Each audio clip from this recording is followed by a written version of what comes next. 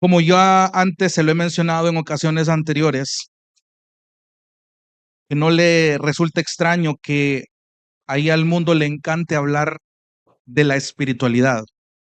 Si usted analiza películas, libros, música, culturas, modas, tendencias, cada una de estas cosas que le he mencionado tiene su área de espiritualidad. Hablan de cosas espirituales. El ser humano incrédulo, los gentiles, por así decirlo, los no creyentes, aman escuchar cosas místicas, cosas espirituales, cosas profundas. Le encanta hablar sobre la espiritualidad, o sea, les encanta usar un lenguaje místico para promover estas perspectivas de ver la vida y al mismo tiempo manipulan emociones, generan inspiración a otros y buscan influenciar a las mentes y principalmente a las mentes débiles. Pero ¿sabe cuál es el problema de todo esto? Es que el aspecto espiritual en la vida del ser humano sí es una realidad. Y muchas veces los cristianos viven sus vidas cristianas, entre comillas, como si la espiritualidad fuera algo al margen, cuando en realidad la parte espiritual en la vida del creyente debe estar plenamente consciente.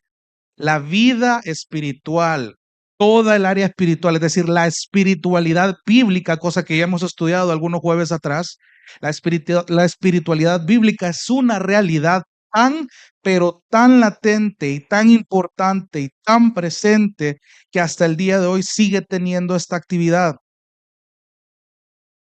Ahora, como es de esperarse de un mundo caído y contaminado, la visión de lo espiritual está distorsionado. Ese es el problema.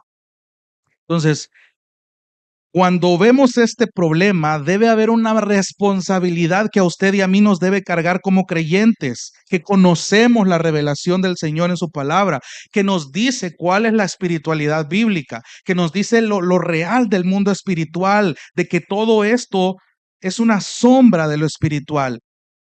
Ahora, ¿qué pasa con el concepto distorsionado de esto? Debe ser corregido, debe ser correctamente direccionado, porque aún dentro de las iglesias, hermanos, puede haber un concepto muy errado de la espiritualidad. Y es algo muy similar a lo que Pablo estaba experimentando con los corintios al exponer este tema sobre lo espiritual, y lo va a abordar desde una perspectiva correcta para lidiar con un conflicto que aún estaba pendiente acá. Y quiero que noten los 6 versículos que acaba de leer, cómo Dios nos va a mostrar la relevancia de lo espiritual para tratar conflictos en la vida cristiana. Dios nos muestra la relevancia de lo espiritual para tratar conflictos en la vida cristiana. Y lo vamos a estudiar a través de 3 verdades. Esta es la primera parte de 2 sermones que, si Dios permite, nos vamos a enfocar en ir despacio. Porque es importante, amado hermano. Aquí vamos a hablar de cómo usted como cristiano debe ver las cosas espirituales a través de la oración. ¿Cómo es eso de que la oración tiene poder? Y muchos hacen mística esta frase, esta oración, que la oración tiene poder para sanar, que si todo lo pedimos al Padre en el nombre de Jesús lo vamos a tener. Sí, eso conlleva una realidad espiritual, pero ¿cómo debemos entenderlo eso? ¿Cómo debemos entenderlo de la armadura espiritual? Porque es algo a lo que Pablo hace referencia acá. ¿Cómo es que habla esto de enfrentarnos a problemas cotidianos? ¿Cuál es su verdadero enemigo? Eso también lo vamos a ver, porque muchas veces por no tener una perspectiva correcta sobre lo espiritual, estamos luchando con los enemigos incorrectos. Y no es la primera vez que yo se lo digo. Entonces, permítame ponerlo en contexto. Hemos estado muchos sermones anteriores, específicamente en el capítulo 9, tocando el tema de la ofrenda, de la liberalidad, de cómo toda esta teología Pablo la vino trabajando, no solamente en cuanto a conocimiento, sino en práctica.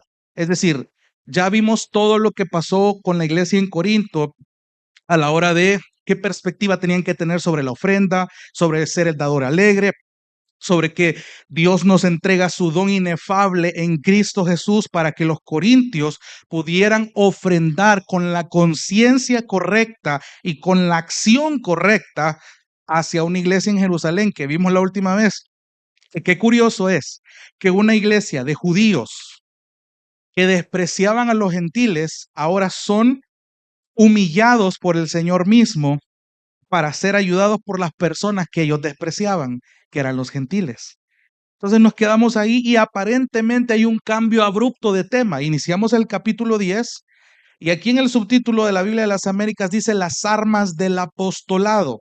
En otras versiones dice Pablo defiende su ministerio. Pero ¿por qué tan brusco este cambio? Quiero que lo vea de esta manera. Si bien es cierto, Pablo ya antes defendió su ministerio de una manera un poco más tranquila, donde él dijo, miren, hemos pasado por todas estas tribulaciones, hemos pasado por todo esto por amor a ustedes y tengo la confianza en el Señor de que ustedes no van a responder en vano, parafraseándole el contexto. Entonces, luego de todos estos primeros 9 capítulos, muchos teólogos están de acuerdo en que estos primeros 9 capítulos están dirigidos hacia la sección de los corintios que sí estaban mostrando un arrepentimiento genuino. Ya vimos lo que pasó en la primera carta, fue una tremenda regañada de parte del apóstol Pablo, y ahora la respuesta que él tiene es que sí hay una respuesta positiva de un buen número de la iglesia en Corinto. Entonces, los primeros 9 capítulos responden a ese grupo de personas. Pero a partir del capítulo 10, amado hermano, Pablo va a escribirle y a dirigirse directamente al grupo de personas rebeldes que dudan de su ministerio, que están atacándolo. O sea, el capítulo 10 en adelante va a dirigirse hacia aquellos corintios que todavía seguían desconfiando de Pablo, que se estaban dejando llevar por las enseñanzas de los falsos maestros, a quienes yo llamo los impostores, que están atacando todo el mensaje de Pablo y están atacando a todos los colaboradores que ayudan a Pablo. Y es interesante la manera en la que Pablo va a contestarles, porque en el buen salvadoreño, amados hermanos, Pablo va a tirar la artillería pesada a partir de acá. Entonces, le anuncio que desde ya le preste atención a cómo Pablo va a lidiar con un conflicto con hermanos problemáticos que estaban dudando de él. Porque es muy probable y estoy más que seguro que en la soberana, preciosa y creativa voluntad del Señor, a usted lo va a poner en la misma trinchera.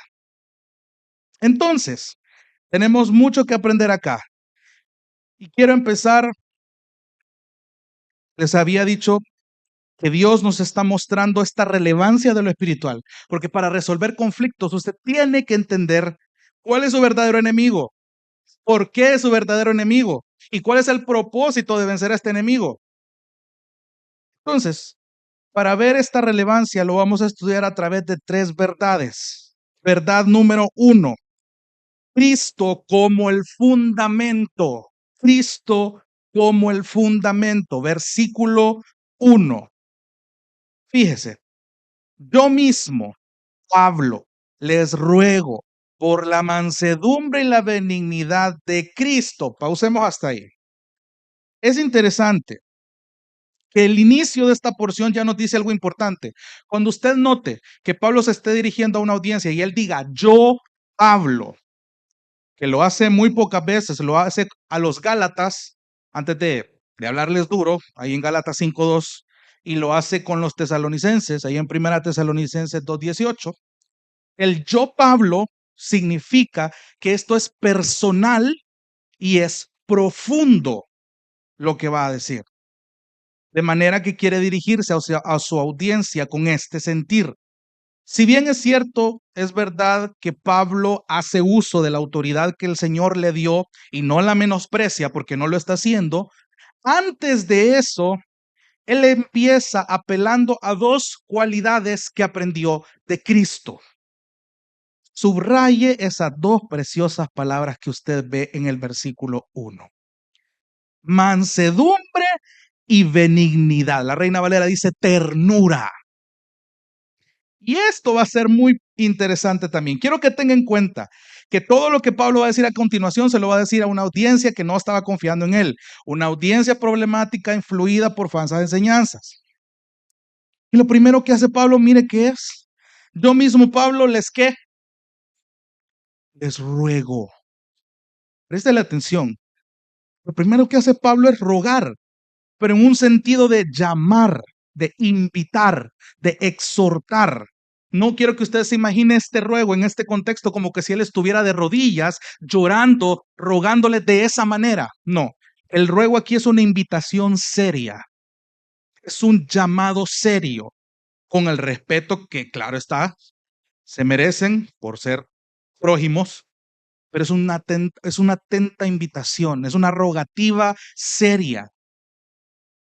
Póngase a pensar, cualquier persona pecadora como usted o como yo llegaríamos con patada al pecho con quienes nos causan problemas. Y en lo que menos pensamos es en rogar. Pero cuando Cristo es el fundamento de mis motivaciones, mis acciones van a ir por el mismo rumbo.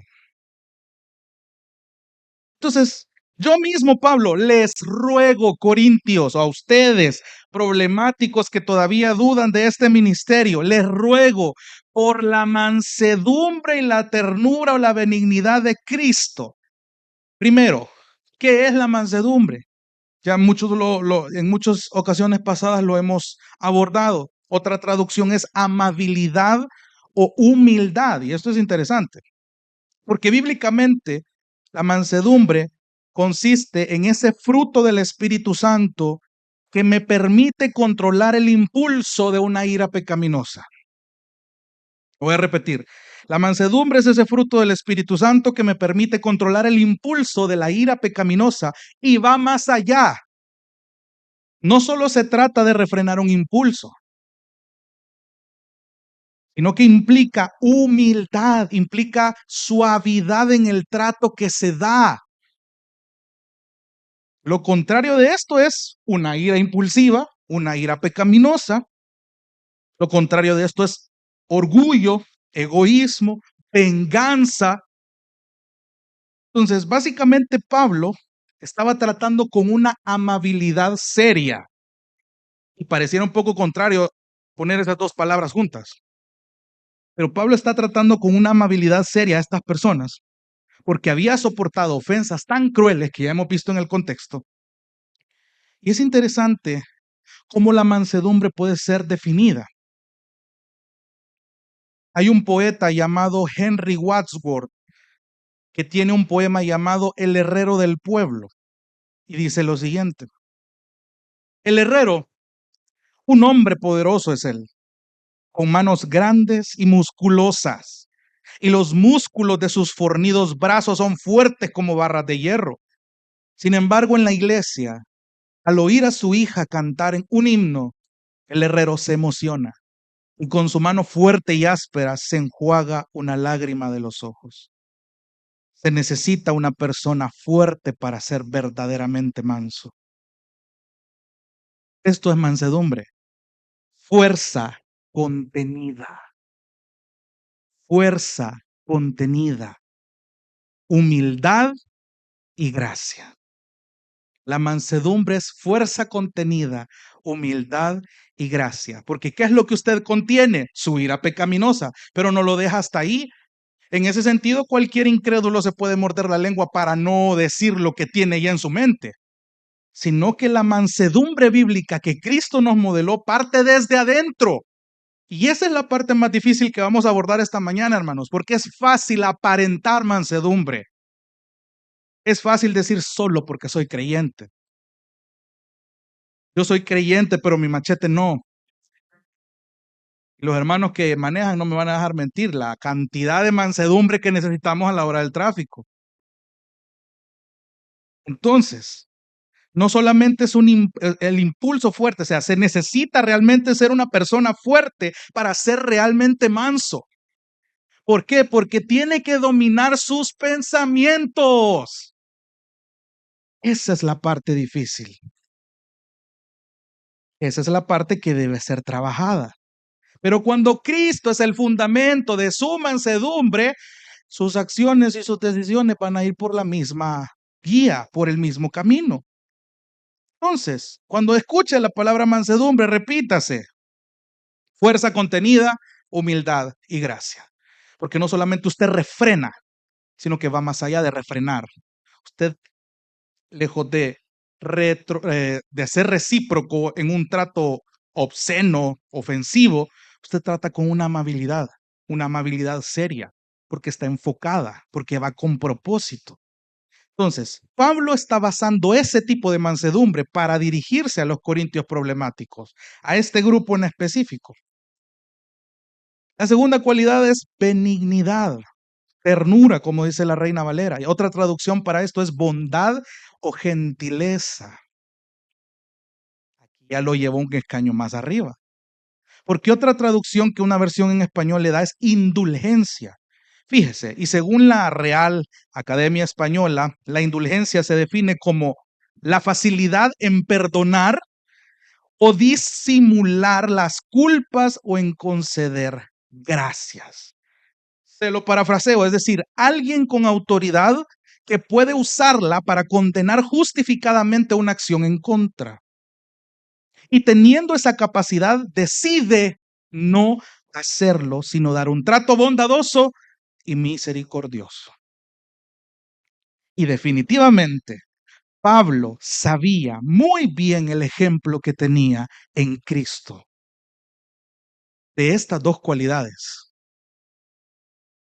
El mejor ejemplo, perdón, que podemos tener en Cristo es alguien que tenía toda la autoridad y las razones suficientes para poder eliminarnos, para poder ejercer su autoridad, para cumplir justicia, pero no lo hizo.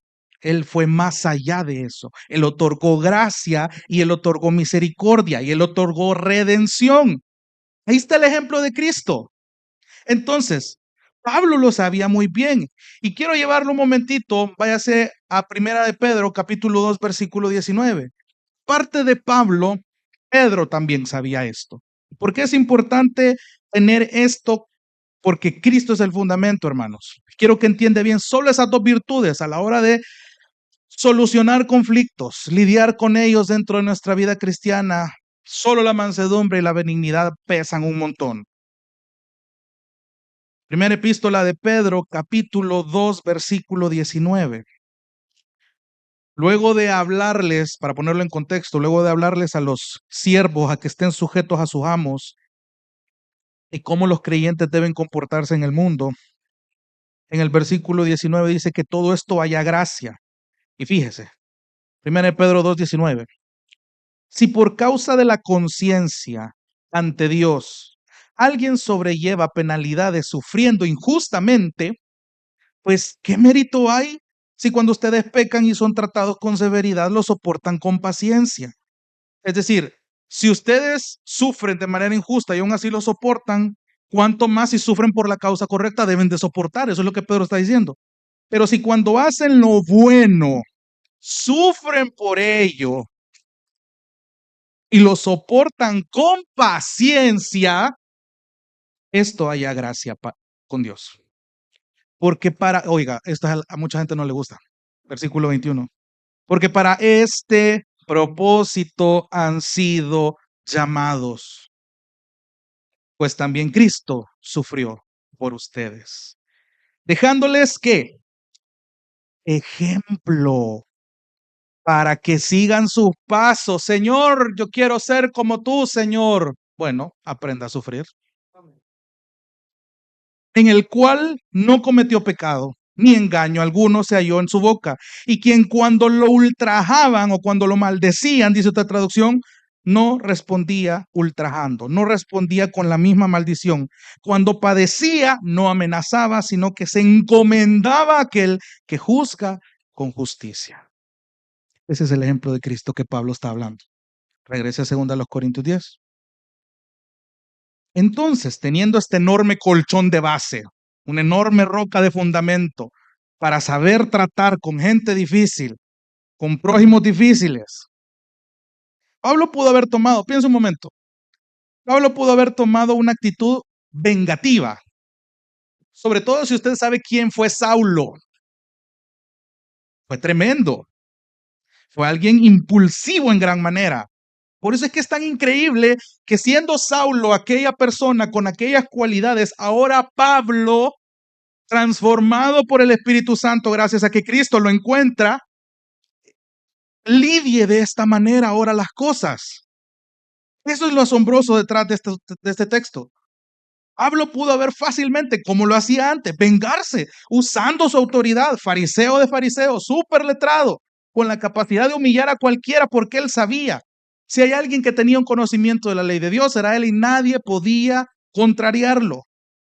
Pero él decide tomar la autoridad que hoy reconoce que Dios le ha dado,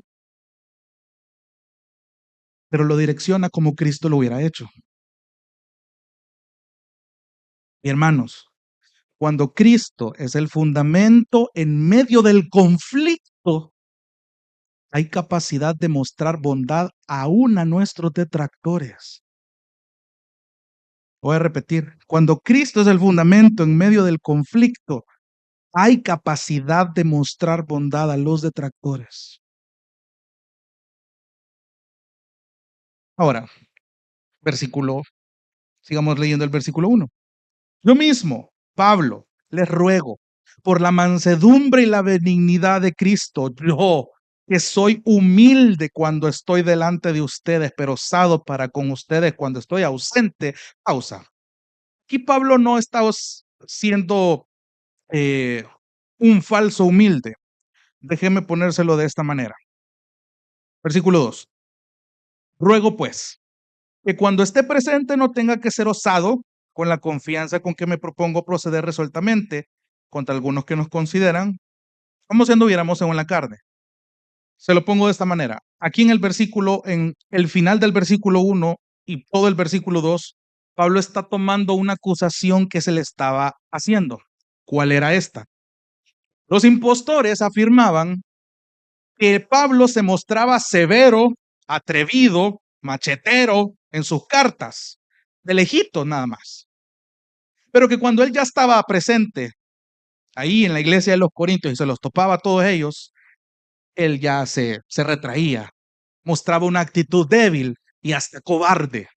Eso era lo que estaban afirmando estos corintios. Y tanto en la Nueva Biblia de las Américas como en la Reina Valera usan los términos humilde y osado.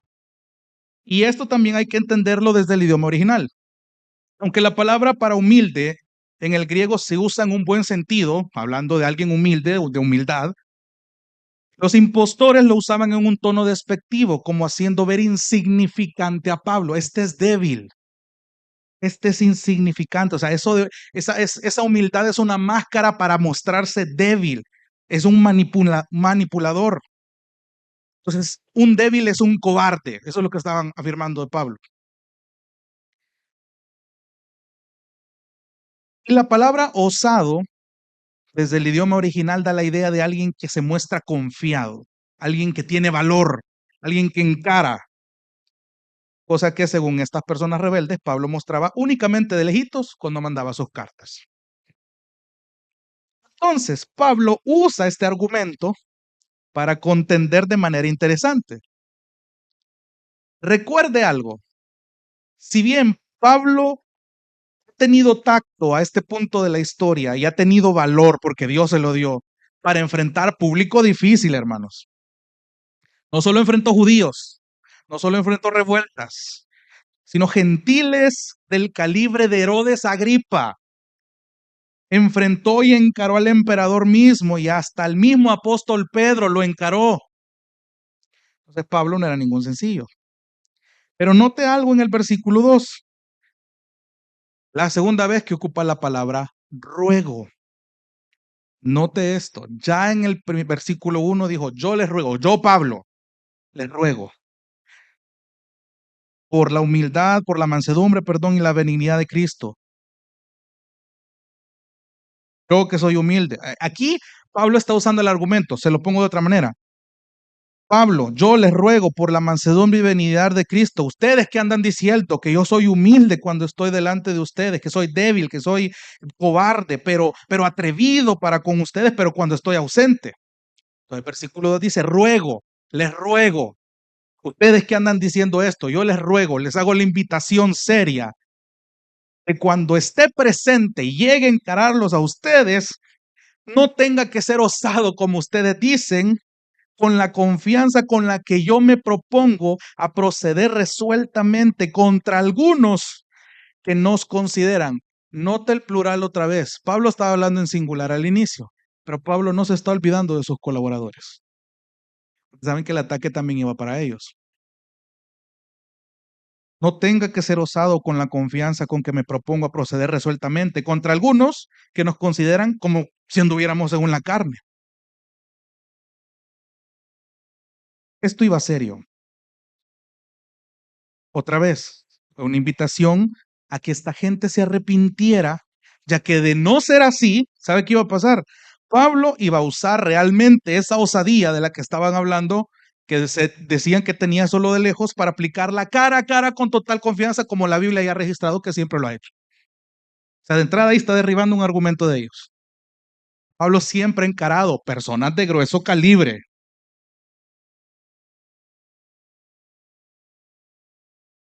con total confianza. Aquí está haciendo un claro y correcto uso de su autoridad dada por el Señor. Hermanos, hay algo que debemos entender, y a la luz de lo que Pablo está respondiendo acá, es que mansedumbre y bondad no significa debilidad. Mansedumbre y bondad no significa debilidad, sino saber actuar con audacia para defender la verdad de manera correcta. Todo esto es gracias a la base que Jesucristo nos da como ejemplo. Por eso, la primer verdad es Cristo como el fundamento, lo que nos lleva a la segunda verdad. Número 2, la carne como una realidad. La carne como una realidad. Fíjese cómo termina el versículo 2. Dice que Pablo va a proceder contra esta gente que anda diciendo que ellos andan según la carne. Y mire cómo escribe en el versículo 3, pues aunque andamos en la carne, no luchamos según la carne. Pareciera que en el versículo 3, si usted lo lee de una sola, le está dando la razón a los impostores que andan diciendo, bueno, estos andan según la carne. Bueno, sí, andamos según la carne, pero tiene que entender bajo qué contexto lo está diciendo. Otra vez, lo que los impostores andaban diciendo era que Pablo y los suyos andaban haciendo ministerio gracias a criterios meramente humanos, a estrategias de manipulación humana, básicamente. Pablo no tenía miedo de confrontar estos argumentos. Otra vez, revisa el final del versículo 2 y Pablo está citando a sus detractores que están afirmando que ellos andan en la carne, pero atacando su moralidad. Ese es el punto. Que decir que Pablo y sus colaboradores andaban según la carne era atacar su moralidad, que según ellos estaba corrompida, que eran personas egoístas, eran personas manipuladoras, eran personas con avaricia. Y es curioso porque si le presta atención, en realidad se estaban describiendo a ellos mismos. Y hay algo que los impostores no sabían en ese momento, era que todas las acusaciones que estaban haciendo contra Pablo se estaban describiendo a sí mismos. Más adelante, en capítulos posteriores, Pablo va a atacar mucho más directamente de cómo esta gente va tras el dinero, tras la gente, tras la fama, el reconocimiento, algo tan pecaminoso, corrompido y contaminado de lo que lo acusaban a él. ¿No le parece interesante cómo ese constante señalamiento para desacreditarlo? Pero otra vez, ¿es realmente estos prójimos de Corintios eran el verdadero enemigo al que Pablo se tenía que enfrentar? Ya lo vamos a ir viendo. Pero váyame siguiendo el hilo de esto. ¿Cómo Pablo entonces toma este argumento y le da una perspectiva correcta? Lo aterriza hacia una realidad más clara. Sí, andamos en la carne, pero no en el sentido que ustedes dicen. Cuando decimos que andamos en la carne, nos referimos a que somos seres humanos. Somos seres humanos de carne y hueso. Le dio un sentido físico, reconociendo la realidad de su humanidad. Ojo, aquí con el plural otra vez. Andamos. Yo no ando según la carne, no está diciendo Pablo solo defendiéndose él solito. Él está considerando a sus colaboradores, a todos aquellos que han creído en el Evangelio.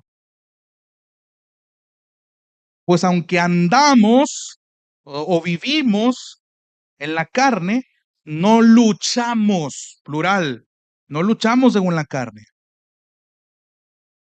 Aquí viene la frase clave. Aunque andamos en la carne, no luchamos según la carne. La Reina Valera dice, no militamos según la carne. Y esta traducción la encuentro mucho más con sentido, porque el término militamos o luchamos, como dice la Biblia de las Américas, la palabra original se usaba en un contexto militar. No militamos según la carne, no peleamos, no batallamos según la carne. Este término militar de batalla, fíjese, la Nueva Versión Internacional la traduce así. Pues aunque vivimos en el mundo, no libramos batallas como lo hace el mundo. Tiene mayor sentido, porque es claro que hay una diferencia entre ser humano y usar métodos humanos para el conflicto. Son dos cosas muy diferentes. El pastor John MacArthur dice un comentario muy interesante, y cito: todos los creyentes son soldados en la guerra espiritual contra el reino de las tinieblas. No hay excepciones, no hay aplazamientos. Pelean por la verdad de las escrituras. Pelean por el honor y la gloria del Señor Jesucristo. Pelean por la salvación de los pecadores y pelean por la virtud de los santos. Cierro cita. Si usted hace memoria y trasladando lo que vimos en el capítulo anterior, lo que está en juego en esta trinchera es el testimonio del Evangelio y la gloria de Dios. Entonces, es acá donde es necesario hacer un paréntesis extendido. Aparte de este versículo, quiero hacer un pequeño paréntesis. Si ustedes recordarán al pastor Jaime, él ocupaba un término llamado una mamushka teológica. Las mamushkas eran esas muñequitas rusas que vienen así grandes y usted la abre y hay otra, y usted la abre y hay otra, usted la abre y hay otra, y así sucesivamente. Pues algo así vamos a hacer con el texto. Es interesante porque para entender lo que Pablo va a decir en el siguiente versículo, aquí es donde yo necesito que usted me preste atención y entendamos en qué nos hemos metido al ser ciudadanos del reino de los cielos y empezar a vestirnos como soldados de Jesucristo, a trincherarnos para batallar y se nos den armas y una armadura. Bueno, y entonces es como el soldado que no sabe a qué viene a la guerra. Hay muchos creyentes así. Agarran la Biblia y no saben para qué. Oran y no saben para qué. Ofrendan y no saben para qué. Por eso le digo, es bien fácil aparentar ser un soldado. Pero cuando el soldado está en la guerra, tiene que velar, tiene que saber qué hacer, tiene que saber cuál es su enemigo, tiene que saber cómo conducirse. Exactamente por qué es tan importante y no es casualidad que en muchas ocasiones la Biblia usa la figura del soldado y la guerra como como comparando la realidad espiritual. Es interesante que aquí en el versículo 3, pues aunque andamos en la carne, no luchamos según la carne. Porque las armas, versículo 4, de nuestra contienda no son carnales, no son humanas, no son de métodos como los corintios se lo esperaban. Los corintios detractores esperaban una respuesta similar a la que ellos dieran, con venganza, con egoísmo, una batalla de egos, una batalla de sabiduría sin sentido, para ver quién sabe más. Y aunque Pablo llegó con autoridad, iba con mansedumbre y amabilidad. Eso parece ilógico en el mundo. Parece ilógico lidiar los conflictos de esa manera. ¿Pero por qué? Porque la gente no sabe cuál es su verdadero enemigo. Entonces, amados hermanos, hay un lenguaje muy similar que Pablo ya usó en otro de sus escritos. Quiero que me acompañe a Efesios capítulo 6, versículo 10.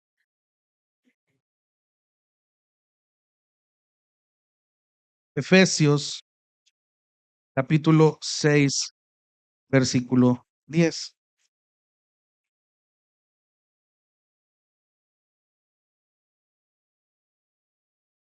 Fíjese, cuando Pablo le escribe a la iglesia en Éfeso, en este momento él estaba preso. Todo lo que usted va a leer es él escribiendo desde una prisión. Para los efesios y para los corintios también, toda esa región, era normal ver soldados romanos. Por lo tanto, era común ver la vestimenta de los soldados y cómo ellos hacían sus estrategias. Y es un texto que yo sé que usted ya sabe, ya ha escuchado, ya probablemente también he escuchado muchas interpretaciones de esto. Por eso es que no vamos corriendo acá. Dice Efesios capítulo 6, versículo 10. Por lo demás, luego de hablar sobre los matrimonios, trato de padres e hijos, trato de siervos empleados, Pablo está diciendo, por lo demás, fortalezcanse en el Señor y en el poder de su fuerza. Pausa. Si hay algo que Pablo sabía muy bien, ojo, no pierda de vista que esto lo está escribiendo desde la cárcel. Si hay algo que Pablo sabía muy bien, era que en el momento más crudo, cuando tocara fondo, estuviera en escasez o en abundancia, lo que no debía de moverse debía de ser su confianza y dependencia del Señor. Y es bonito decírselo desde aquí, hermano, pero como se lo decía al inicio, cuando usted vive la palabra y usted ya se enfrenta a la trinchera del fuego cruzado, donde usted no haya para dónde ver y se come las uñas, es donde usted tiene que recordar esto. Fortalezcanse. Esto es una acción continua. La guerra es todos los días. Fortalezcanse continuamente en el Señor y en el poder de su fuerza. Aquí está haciendo un énfasis en que la fuerza, el poder de la fuerza del Señor, está hablando del atributo del Dios Todopoderoso que capacita con su Espíritu Santo. Me encanta escuchar aquel texto que dice que si el Espíritu que levantó a Cristo de los muertos, que fue capaz, este Espíritu Santo, de resucitar al mero Hijo de Dios, es el mismo que habita en ustedes.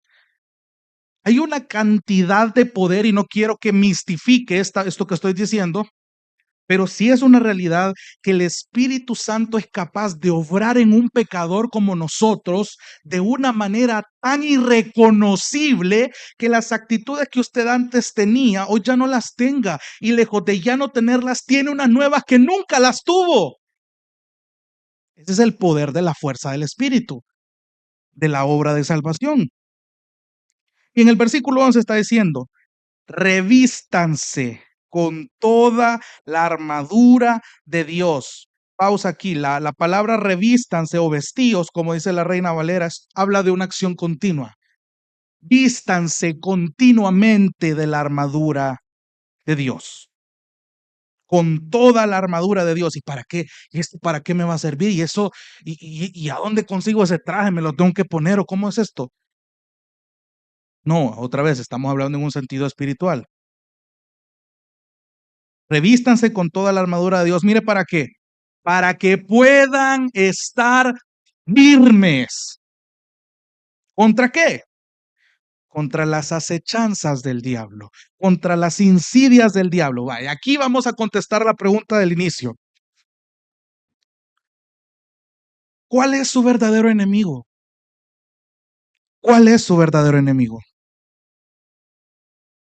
Porque hay algo que tenemos que tener muy en claro. El enemigo no es el mantra maligno,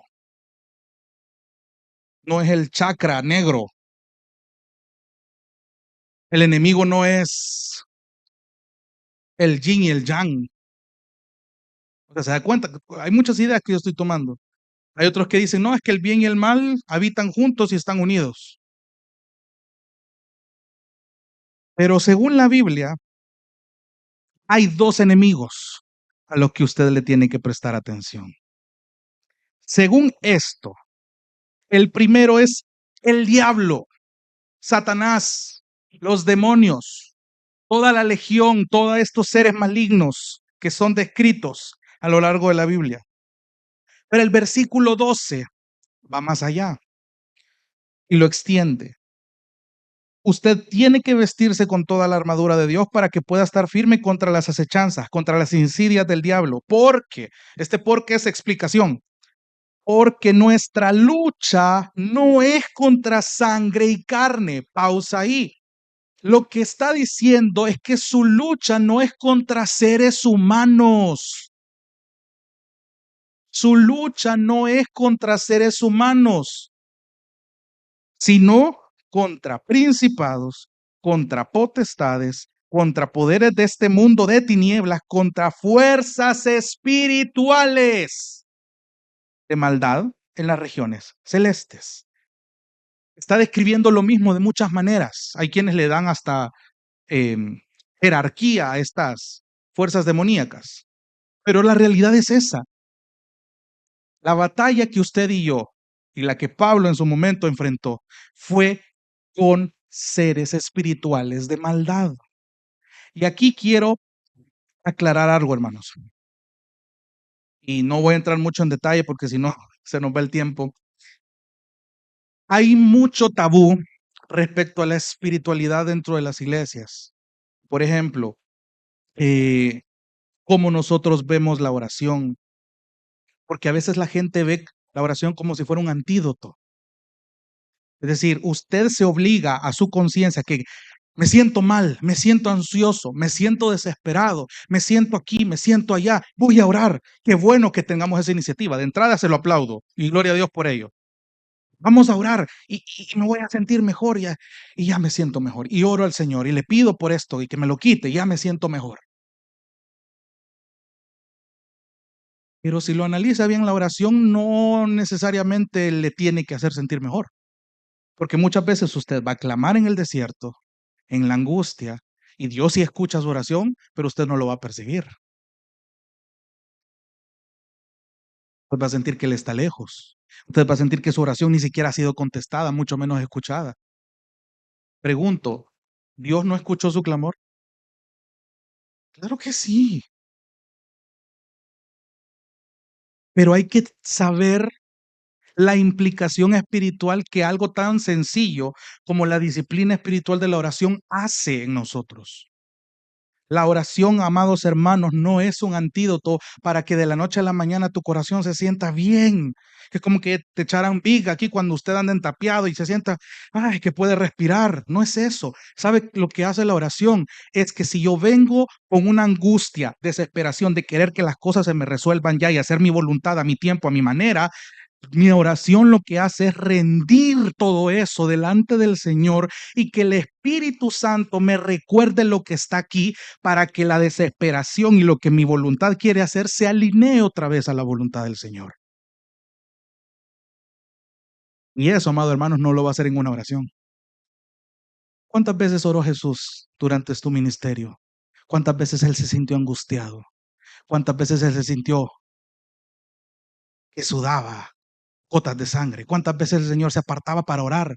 Porque aún en su humanidad Él entendía que aunque todo se pusiera gris, al final en su oración más simbólica, Él dijo, Señor, si es posible que pase de mí esta copa, si hay otra opción donde no tenga que ser de esta manera, humanamente te lo pido, que pase de mí esta, que haya una otra opción.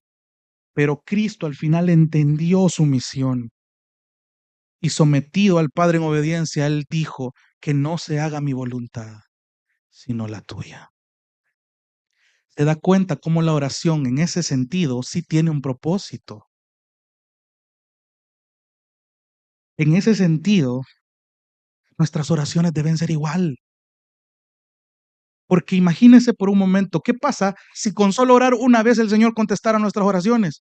le aseguro que tuviéramos la rutina y el deporte de orar, pero con la motivación incorrecta. Estamos viendo al Señor como el dador del producto. Estamos interesados más en lo que Dios nos contesta que en agradecerle a Dios. ¿Cuándo fue la última vez que usted en oración no pidió, sino que agradeció? Oramos muy poco para agradecer, pero oramos demasiado, si es que lo hacemos, para pedir. Y no está mal, hermano. Mi intención al decirle esto es que usted entienda que la espiritualidad le debe enfocar correctamente, porque si usted descuida su comunión con el Señor, el enemigo va a hacer todo lo posible por alejarlo. ¿Por qué es que Satanás y sus demonios odian tanto a la iglesia? ¿Se ha puesto a pensar? Hablaba con unos hermanos hace un par de semanas atrás. ¿Se ha puesto a pensar por qué es que Satanás y sus demonios odian tanto a los creyentes? ¿Sabe por qué? Porque ellos, como seres caídos, jamás van a experimentar la redención que usted y yo sí experimentamos en Cristo. Ese es el mayor dolor de Satanás y sus enemigos, ver que él no pudo y que agarre un montón de polvo, les dé vida y para colmo, mande a su único hijo a ser maltratado por este montón de polvo con vida y lo maten. Una humillación de tal manera para redimir a este montón de polvo con vida. Eso es para vivir enojado toda la eternidad, hermano.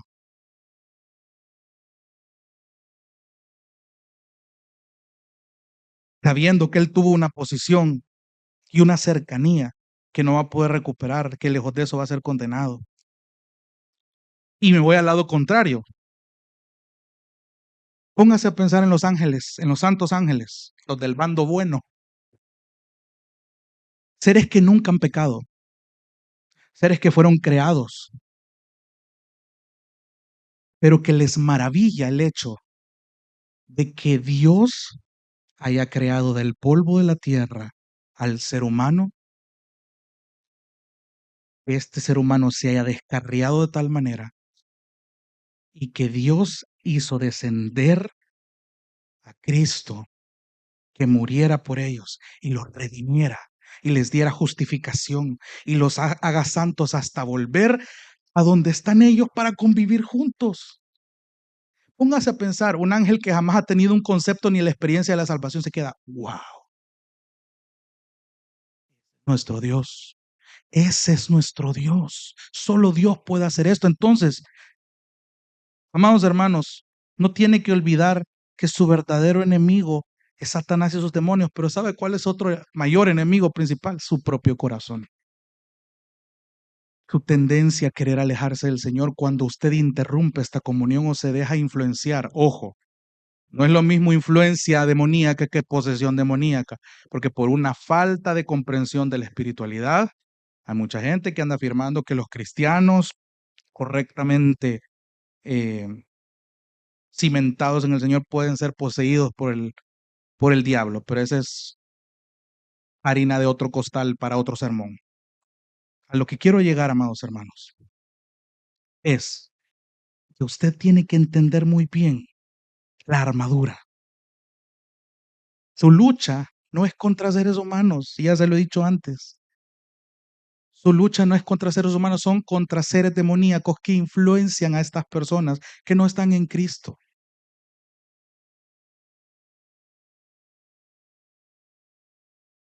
Fíjese muy bien. Hay dos enemigos peligrosos, y se lo vuelvo a acordar para ir aterrizando, que el creyente va a enfrentar. Satanás y sus demonios y su propio corazón que se inclina a pecar. Amados, nunca olvide que el enemigo odia a la iglesia porque jamás va a experimentar una redención como la que se les dio a los seres humanos, a quienes Dios hizo parte de su pueblo. Nuestra lucha no es contra seres humanos incrédulos directamente. ¿Sabe por qué? Si no, la gran comisión sería una contradicción. Si Jesús me ha mandado a predicar a hacer discípulos, no voy a agarrar a los que ya están adentro. La Gran Comisión me permite presentar el Evangelio por primera vez y a partir de ahí dar un seguimiento. Ahí se hacen discípulos, se bautizan, se enseñan lo que Cristo mandó y Él va a estar con nosotros todos los días hasta el fin del mundo. Pero no tendría sentido que al enemigo, a quien Dios nos manda a destruir con la armadura, sea quien tenemos que evangelizar. Por eso le digo, hay que tener una comprensión correcta de la espiritualidad. Cuando usted ve que las influencias demoníacas son una realidad, y no hablo de posesión, usted entiende que detrás del telón las voces demoníacas tienen que ser combatidas con la voz de la palabra del Señor. La fe viene por el oír y el oír viene por la palabra de Cristo. Entonces, lo que dice Efesios 6, vamos a ver únicamente dos partes de la armadura en esta ocasión. Porque nuestra lucha, versículo 12, Efesios 6:12, no es contra sangre y carne, sino contra principados, potestades, poderes de este mundo de tinieblas, fuerzas espirituales de maldad en regiones celestes. Por tanto, cuando ustedes ya entienden quién es su verdadero enemigo, tomen toda la armadura de Dios. Y lo dice de nuevo, ya dijo en la primera para que puedan estar firmes, ahora dice para que puedan resistir. Hermanos amados, la guerra es diaria. Y usted tiene que resistir para que pueda resistir en el día malo y habiéndolo hecho todo, habiendo entendido todo correctamente, lo vuelve a decir otra vez, permanezcan, estén firmes. Y si no le quedó claro al principio del versículo 14, lo vuelve a decir una tercera vez, estén firmes. 3 veces le está diciendo lo mismo, eso no es casualidad. Permanezca firme, pero para que usted esté firme tiene que hacer lo siguiente. Primero, ciña sus lomos con la verdad. ¿Cuál verdad? La verdad de su palabra. Fíjese, en la antigüedad, ceñirse los lomos significaba recogerse la túnica que andaba el soldado debajo del cinturón para tener esta libertad de movimiento en las piernas a la hora de correr. Por eso es que en la armadura romana este cinto no tenía. Pero en la armadura judía, cuando se designaban para el ejército, evidentemente la vestimenta judía tenía esta túnica, pero a la hora de ir a una guerra, se ceñían los lomos. Entonces la idea es tener esta libertad de poder avanzar, de poder ser estratégicos. Fíjese, cuando ve esto en la armadura de Dios, donde el cinturón de la verdad va a sostener toda la estructura de la ropa, y en el caso de la armadura, en el sentido espiritual, va a protegerlo del error y de la mentira. Ciña sus lomos con la verdad. ¿Qué más sigue diciendo? Revístanse con la coraza de justicia. Y a mí esto me encanta, porque en la armadura, aquí sí ya me traslado a la armadura romana. En la armadura romana había una pieza metálica que cubría el torso. Entonces, evidentemente en el torso se encontraban las partes vitales a las que usualmente atacaban con lanzas, con flechas, con espadas, etcétera. Entonces, ¿por qué la relación entre una coraza que protege las partes vitales de un soldado con la justicia? ¿Qué tiene que ver una cosa con la otra en el sentido espiritual? Póngase, entendemos que la justicia es dar a cada quien lo que le corresponde. Esa es la definición más natural. Pero en el contexto del que se está hablando, desde el idioma original, justicia tiene que ver con rectitud. La coraza de justicia habla de una coraza de rectitud, una rectitud que protege.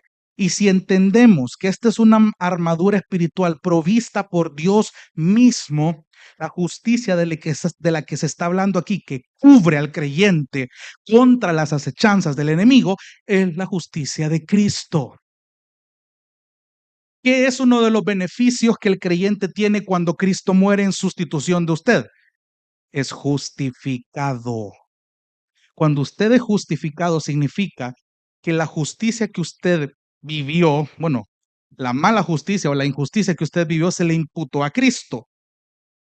Y la justicia de Cristo es imputada a mí.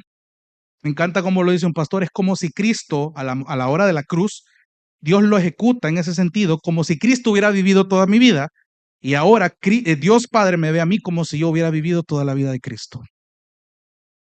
Esa es la justificación. Por lo tanto, a la hora de usar la coraza de justicia, es que yo salgo a batallar protegido por la rectitud del Señor, para no pelear de manera errada, para no pelear de manera contaminada por las motivaciones incorrectas, para no andar espiritualizando lo que no debo espiritualizar. Si yo voy a pelear y voy a lidiar con mis conflictos, va a ser de una manera que la justicia me permita protegerme de cualquier tontera que a mi mente se le ocurra. Entonces, cuando usted entiende eso, justicia de Cristo es la que hoy le cubre a usted y a mí para luchar sin que esta vitalidad que Cristo nos dio sea vulnerada. Entonces, amados hermanos, termino con esto. Cuando Pablo entendió muy bien quiénes estaba dirigiendo en este punto del capítulo, él sabía que no eran por sus fuerzas. Él sabía que era por la mansedumbre y la bondad y la ternura que Cristo le modeló. Y esto trasládelo hoy a nosotros. Para hacer la primera parte de este sermón, quiero que se vaya con esto. Si bien es cierto, tenemos una tendencia muy preciosa a ser impulsivos pecaminosamente, no quiero que olvide y entienda que la vida cristiana es una guerra espiritual donde somos puestos en distintas trincheras por parte de Dios con el fin de que usted luche. No se haga al margen, hermano y hermana. No evite batallas que Dios le ha mandado a pelear y evite las que sí el Señor le dijo que no debe de pelear ahí. A veces nos encontramos luchando batallas que Dios no nos ha mandado a pelear con enemigos incorrectos para colmo. Pero cuando usted entiende que la vida cristiana es una guerra espiritual, donde usted ya divisó correctamente y sabe quién es su enemigo, usted puede tratar con la mansedumbre y la benignidad de Cristo hacia sus detractores, hacia los que le ofenden. Y esto es difícil y por eso necesita tanta oración, tanta comunión, tanto acercamiento. No le dé cabida al enemigo para que le aleje. ¿Sabe cuál es la peor arma que el enemigo hace? La culpa. Ese son el principal dardo, la principal trinchera. ¿Qué pasa cuando usted falla como hijo de Dios? Le duele, le carga. Eso debería de ser en un corazón nacido de nuevo. Le duele, le carga. ¿Qué es lo que usualmente pasa? No merezco, me siento indigno, le fallé a mi Señor y está esta tentación de querer alejarse. Y la invitación en primera de Juan 1:9 es que el que confiesa sus pecados, para que tú confieses tu pecado tienes que acercarte. Si confiesas tus pecados, entonces Él es fiel y Él es justo para perdonarte y para limpiarte. Entonces, cuando la culpa ataca, hermano, esa es la oportunidad para que tú recuerdes esto. Porque si tú le das cabida, estás cayendo en la trampa del enemigo. Y lo digo y aquí con todo el contexto ya dicho anteriormente. Te va a caer en la trampa del enemigo. Entonces, no luche con armas carnales.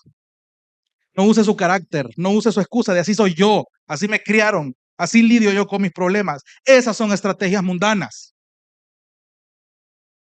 Use los recursos y la sabiduría que Dios mismo le dio por la obra de Cristo y por la capacidad que el Espíritu Santo le da. Para eso lo preparó y eso al final es lo que glorifica al Señor. Entonces, amados hermanos, nos hace falta mucho por aprender y que Dios nos ayude a través de la oración a entender esto y sobre todo a poner en práctica esta semana que le viene, que yo sé que va a tener una trinchera muy interesante luego de escuchar este sermón. Y se acuerde de esto. No use estrategias humanas, por favor. Acuérdese de la benignidad de Cristo. Acuérdese de la mansedumbre.